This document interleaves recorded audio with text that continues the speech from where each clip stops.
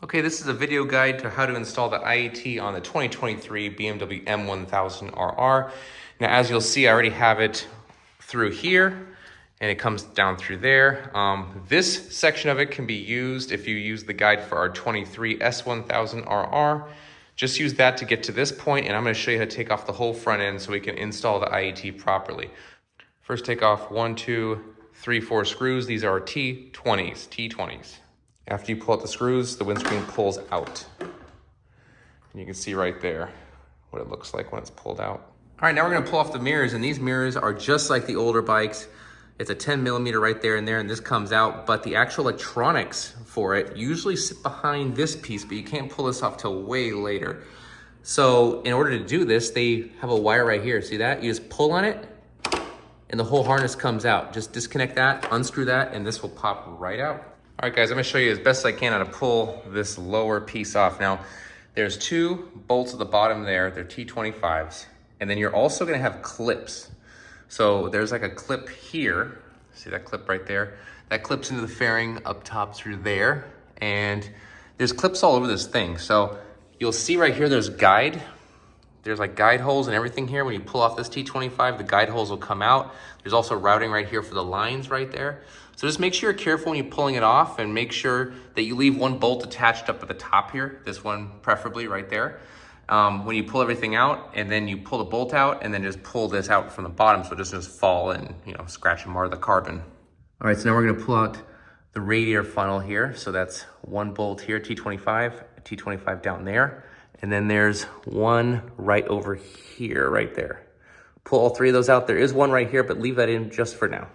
Okay, now we're ready to pull this fairing off. Here's a T25 right there, and there is a T25 right here as well. Once these pull off, this will unclip. There's clips, 2 or 3 right here, and I'll show you on the other side exactly what that looks like because I already pulled that side off.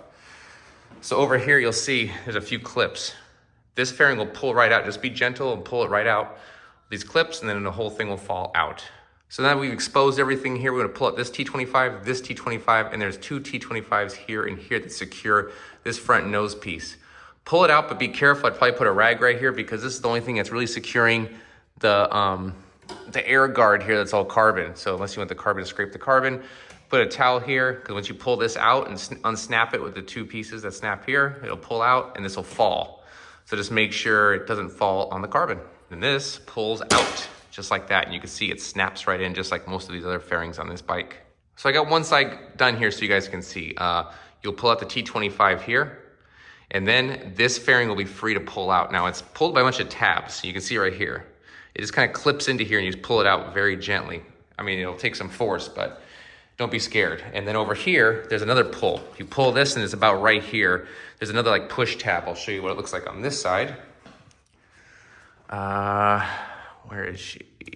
Right there. So the fairing will have a piece that goes in here. It's just like a post that goes in there. You pull it out. It's just kind of snugged in there. And then that'll pull, and then you can pull it out from here very carefully after you unbolt the T25, of course, and then it will pull off, and you can do that on both sides. Pull out all 4 of these bolts, 1, 2, 3, and 4. This whole inlet will pull right out, and then you'll expose the part we need to get to. All right, now that we've broken the bike down to here, we can mark off, we're gonna put our IAT. Pretty much anything on this is fine. You can use whatever you want to mark it off. And this just pulls right out. Okay, let me show you guys how I routed the IAT here. So I got the line finished right out here, which means it went underneath here, right? And I'm just gonna route it in here and zip tie it to these lines, and then we'll have it right up here. And when the inlet goes back in, this will go boom, right there and connect to it. So through here, and you can see under here, I've got it really tucked away. I'm gonna zip tie it here once, and then this will all hide under the OEM harness. So you can barely tell it's even there, and I like this new carbon fairing stay because it gives me the ability to push everything out of the way and push it down through here and out through underneath the inlet. This is great. All right, and there it is with the sensor inside. You can see the air is gonna get there, and we'll get the exact temperature of the air flowing through. I start out with a 3-inch drill bit. I work my way up to a 1/2-inch drill bit. And just very carefully, because you want to make sure it's a nice symmetrical hole. It doesn't grab and rip the plastic itself. Now it's ready for install back in the bike. All right, and this is the final product. Bam, get that nice air through there, getting a good reading. And you can see I've zip tied it up here. Looks all beautiful.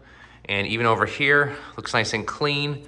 Doesn't look like You can barely even see it, to be honest with you. And what the goal is here is you want to make sure full lock to full lock, nothing's hitting. You don't want this to hit the forks, that's all, because it'll wear down over time. That's what your main goal is there. So that's it. Go ahead and button her back up, and she's good to go.